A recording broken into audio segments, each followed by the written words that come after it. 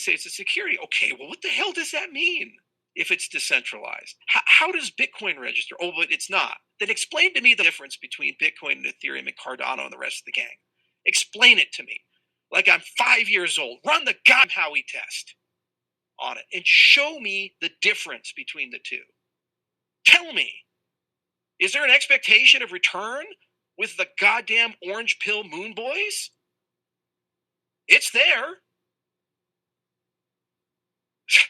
There's so many different planks and angles that you can take a look at this thing from. And by the way, if you subpoena an attack about 3 different entities, you could perform a 51% attack on Bitcoin because that's the way the hash power works. But it's decentralized, apparently. And Team Orange gets a complete pass. It's a pathetic joke. It's an absolutely pathetic joke. And it would be funny if not for the fact that hundreds of millions of dollars of legal fees have been exhausted in this Pyrrhic war that's being fought on the industry. And they'll lose court case after court case, as they already have and will continue. And then at some point, it'll stop. There will not be an apology. There's not going to be any money that comes back. And we'll just move on. Like we did with the Kennedy assassination. We'll just move on. Like we did with Vietnam. We'll just move on. Like we did with Iraq and Afghanistan. We'll just move on. Like we're doing right now we'll just move on. Like we did with all the things that have happened the last 50, 60, 70 years in the United States history. It has to stop. It honestly has to stop. Why do I praise libertarians come in? Because the only people that seem to think the only people seem to improve the situation, the people that are unraveling the government. It's not accountable anymore. People harm people, they get away with it, and they just move on, and nothing changes. I'm tired of it. I think our industry's tired of it. The entire reason cryptocurrencies exist is not because somebody woke up and said, man, tokens on the internet is such a good idea. The entire reason cryptocurrencies exist is that we're trying collectively to reestablish the social contract, because the social contract is horrifically broken. If the people in charge are unelected, unaccountable, and don't ever have to prove to us, the beneficiaries of the public trust, that they're doing good for us. And when they screw up, nothing happens to them. They get a promotion, they get elected to higher office, and we just have to move on as a society. That is not a government for the people, by the people, of the people. That is something else. That looks a lot more like the thing that we rebelled against when we founded this goddamn country. Welcome to the Crypto Teacher. And I come back with that video just to make you think. Don't forget to like and subscribe to the channel. And don't forget to join the Patrons. If you're not a part of the Patrons, make sure you're hitting the Cash App. And we have Charles Hoskinson from Cardano, and he's back at it. And anytime the movie is going on, he always gives us a rant. Because we know Cardano's footprint is in Africa pushing that digital ID. So we know he's all for the 4th Industrial Revolution. But he says that Bitcoin gets a pass and Cardano is a security. But guys, we know Gary Gensler is nothing but a chess piece. We know he was at MIT. We know he knows all about crypto. We know this is for the emerging markets. Let them kick off first, and the United States follows behind.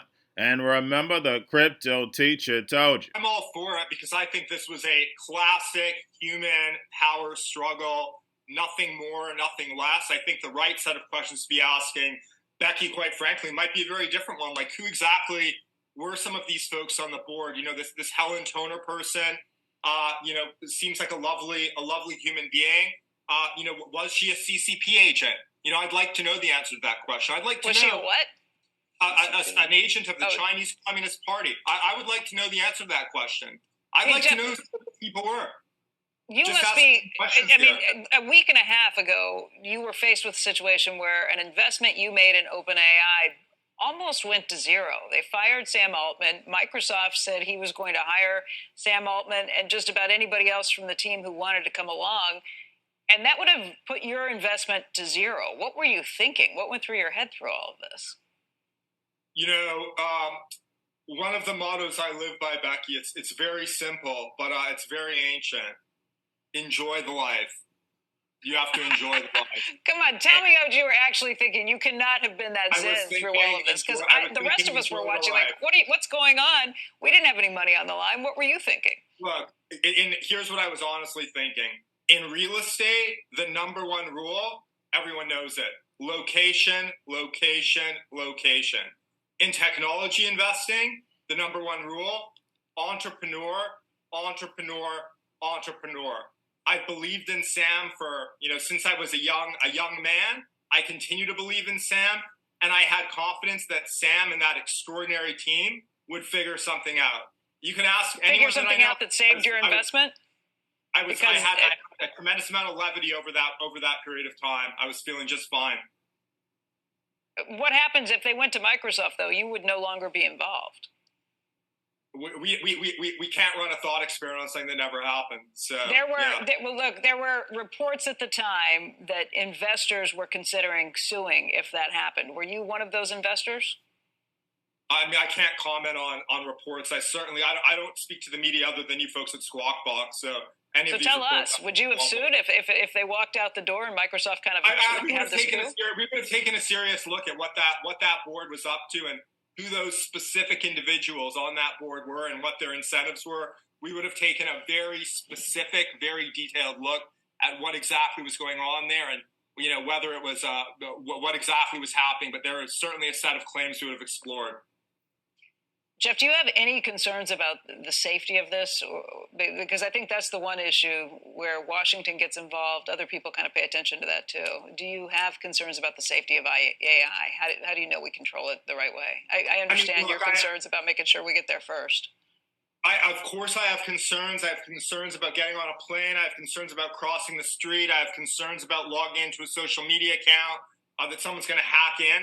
I think there are lots of concerns. I think the way this team, and Sam in particular, has gotten ahead of these concerns, has done a world tour, meeting with the global world leaders around the world to discuss how we need to regulate this, how we need to be thinking about this technology. And on the other side of these concerns, I do think it's going to look very much like a industrial revolution on a scale we've never seen before. I think that the base case is a future in which there is almost unimaginable abundance for humanity. So yes, I'm concerned, but every breakthrough, Becky, that we've had as a society comes with concerns, comes with risks. That's the way the world moves forward. Why don't we know what happened, right? I mean, to me, if there's one headline, it should be OpenAI's board should tell us what the concerns were.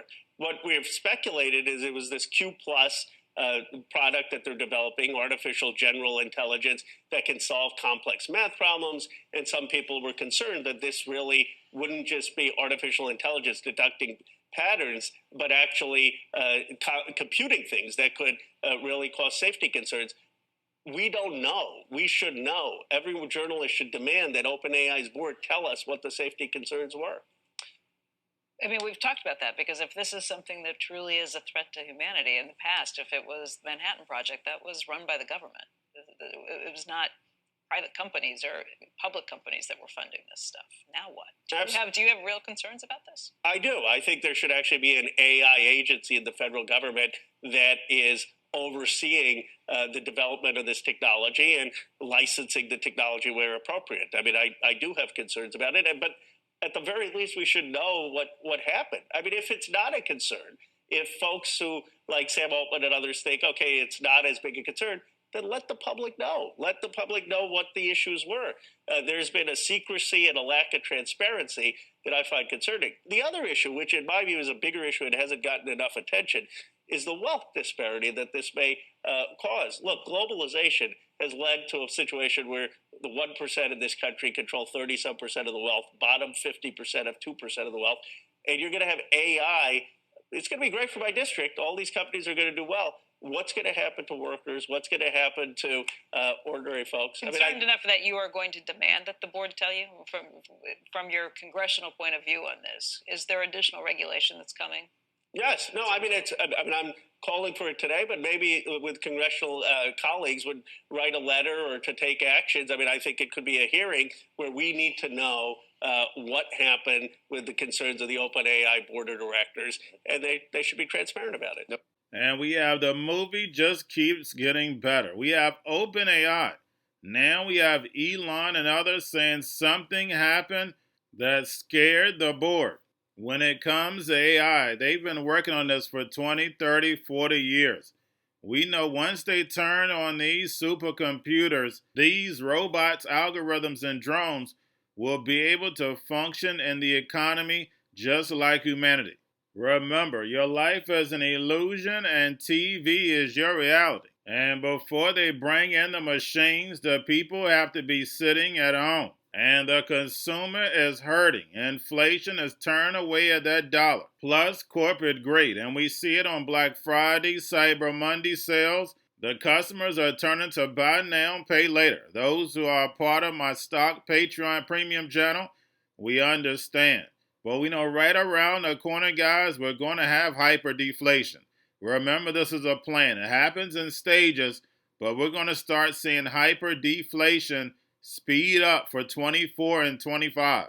Because as we see these small and medium-sized businesses crumble, we know small businesses crumble, more layoffs, and we already see the big corporations and big banks, they're going to lay off anyway because as we saw them laying off, their stock was moving up. You had the Magnificent Seven get all the benefits. Remember, guys, it is an illusion of choice. And right now, this economy is in a great depression. Not in a recession, we are in a great depression. And because 2024 is a presidential year, they announced it late in the year. But guys, we see all the other countries are announcing they're in a recession. And you have these big banks and big corporations with hundreds of billions of dollars each sitting on the sidelines with cash. Why do you think that, guys? They're waiting for the blood in the streets. And remember, the crypto teacher told you, because he knows. When it comes to the NWO, it's all planned out. You have a wonderful day. The question is how much it will decline. But I think we're really missing the point on inflation. For many Americans, and especially those in low income, it doesn't make a lot of difference whether the inflation rate is at 4% going forward or 2%. The burden that they're suffering is that in the last 2 years, the inflation went up 30% to 40%. That's the problem they have. What they want to see is deflation. They want to see the food, the gas, and so on go down by 10 or 15%, so they don't have to live paycheck to paycheck. So I think there's too much emphasis on whether inflation is going up a little or a little more, as opposed to what the suffering that people are having. Because I think we're seeing weakening all over the place. And I think it'll start coming in the numbers. And remember, we're talking about a very, very small number of companies, the Magnificent Seven, if you will, that are doing well. It's only been in the last couple of days that the broader market has done well. So maybe those 7 companies will continue to do well, but I think they're getting at a level that it's going to be very hard for them to continue to grow their stock if the rest of the economy is not. What's going on there? Well, I do think deflation, let's separate it for a second. I think on the food and consumable side, there's still inflation, but there's disinflation. You're seeing increases in price, but at a lower rate. The concern is deflation is right around the corner, that we're going to see lower prices, maybe this quarter into 24. So that piece of it is something where there's been a lot of pressure on the consumer. The other side of it is that the deflation in the hard goods and sporting goods, or when you think about the other categories like that, the deflation that's present there, that's also moderating a bit, but that's present and that's been the case. So I think the outlook would be something of, deflation is probably a good thing for the consumer, and the more deflation that we see in the near term will put more money back into the pockets of the consumer so they could have a... Funny, when people like me come on TV and they say there's we're going from a 27% chance of a recession to an 18%, I don't know what that means. You either expect a recession or you don't, and I do. We've had 22 months in a row of negative leading economic indicators. It's never been at this level without a recession. We've got money supply that's still negative. So all those things, guys, this is all about money and how the money can end up creating better revenue and better earnings. As you guys just described with the retailers, there was pretty good disappointment there. So unfortunately, I think we're in this zombie environment where the expectations, until you disprove a soft landing via either an acceleration that only comes with a significant and sustainable drop in interest rates, or you actually go into a recession, that's the only way, to me, that you can really kickstart an improved outlook for money. The market typically bottoms in a recession because interest rates on mortgages, corporates, treasuries, they all come down significantly. Even in soft landings, they come down significantly. So our base case for next year is that we're in a recession. If we're not now, we will be. That's going to create a much more dramatic drop in yields than folks expect. And guys, that is just going to kickstart a real significant recovery toward the end of the year. So it really depends on the interest rate environment as to where we are a year from now. And I think it'll be in a better place, but not without a little bit of choppiness. Like 20% that we could see in a recession type scenario?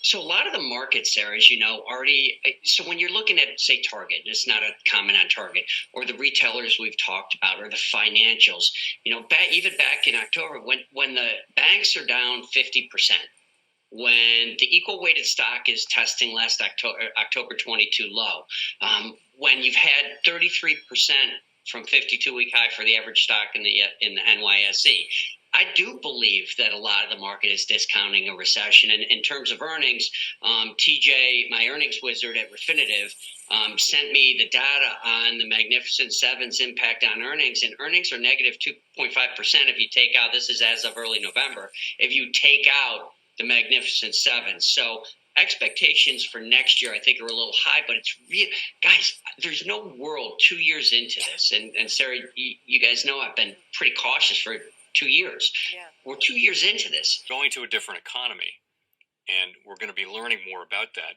as we go. But clearly, we're learning that things can be done from remote locations. We're learning that technology can replace people even more than we thought. We're not going back to the same economy. We're recovering, but to a different economy, and it'll be one that is more leveraged to technology. And I worry that is going to make it even more difficult than it was for many workers. In Silicon Valley, and my friends who work in technology know that what we did to the manufacturing workers, we are now going to do to the retail workers, the call center workers, the fast food workers, the truck drivers, and then even bookkeepers, accountants, insurance agents, lawyers, and on through the economy. So what happened to the manufacturing workers is a very clear sign. And so we'll import Chinese-based CBDC technology. So it's going to be CBDC in a box provided to you by the People's Bank of China. But every stock, every bond, every currency, every commodity, every piece of art, every private business, every piece of real estate will eventually be a token on a blockchain, an entry on a ledger, permanent and immutable. We will have truth instead of trust, and we will save over $7 trillion a year. 6 to 8% of global GDP is wasted by the friction of the trust industry that's necessary when you have dual entry accounting. With triple entry accounting, which is what a blockchain is, we get rid of all of that friction. It's a beautiful future. Like what you see in China and their social credit scoring systems, right? If we get identity wrong, it could be a tool to enslave humanity. And if we get it right, it could be a tool to liberate humanity. And as an American, I'm obviously rooting for the one that's on the side of freedom. Bitcoin is an international asset. And also, I do believe the role of crypto is, it's digitizing gold. I actually believe this technology is going to be very important. Look at it. We have been part of the huge revolution in investing through ETFs. We believe that ETFs will be changing the whole way we invest. Many people still use it as a means, people are investing it for indexing. No, the majority of people who are putting money in in ETFs are active investors that are buying exposure. The entire bond market is being transformed as we talk right now. I believe the next generation for markets, the next generation for securities will be tokenization of securities. We will, and if we could have that distributed ledger that we know every beneficial owner, every beneficial seller, we all have our code of who's buying, who's selling, instantaneous settlement. And think about it, it changes the whole ecosystem. Chinese bank ICBC has been hit by a ransomware attack, and the U.S. Treasury market, as a result of that, has been disrupted. This, according to the Financial Times. We're getting more right now with Bloomberg's Shonali Bassick. Shonali, what do we know? Listen, we have the Financial Times now reporting that ICBC, one of China's largest banks here, was hit with a ransomware attack. And remember, they're a very significant intermediary in the Treasury market. The SIFMA has told its members that this has been part of the reason here that the system is kind of clogged up, if you will, during that auction that we saw a little bit before. The attack had prevented ICBC, according to the Financial Times, from settling Treasury trades on behalf of other market participants. A large executive at a major bank also telling the paper that such a large party on the fixed income clearing corp creates major concerns, potentially impacting the liquidity of Treasury markets. Now, it was not just a poor auction. It was absolutely lousy, and you know, when the dealers have to step in to save a treasury auction, that's a rare occurrence. And Cryptoteacher and the New World Order book, plus the 3 kids books. It's time to re-educate. Also, new to cryptos, Coinbase, Bitrue, Binance. Do not forget book links and crypto links are in the description. The stock channel, guys. Don't forget to go like, subscribe, spread everywhere. You have your Kobo, your chip stocks, your banking, your gaming. While everybody's sitting at home, get on stocks, the Seaver, the biotech stocks. And while everybody's at home wishing, they were still getting that free money. What are they doing? Drinking and smoking weed. Don't forget about those stocks, and you have a wonderful day. The most powerful person in the world is the storyteller.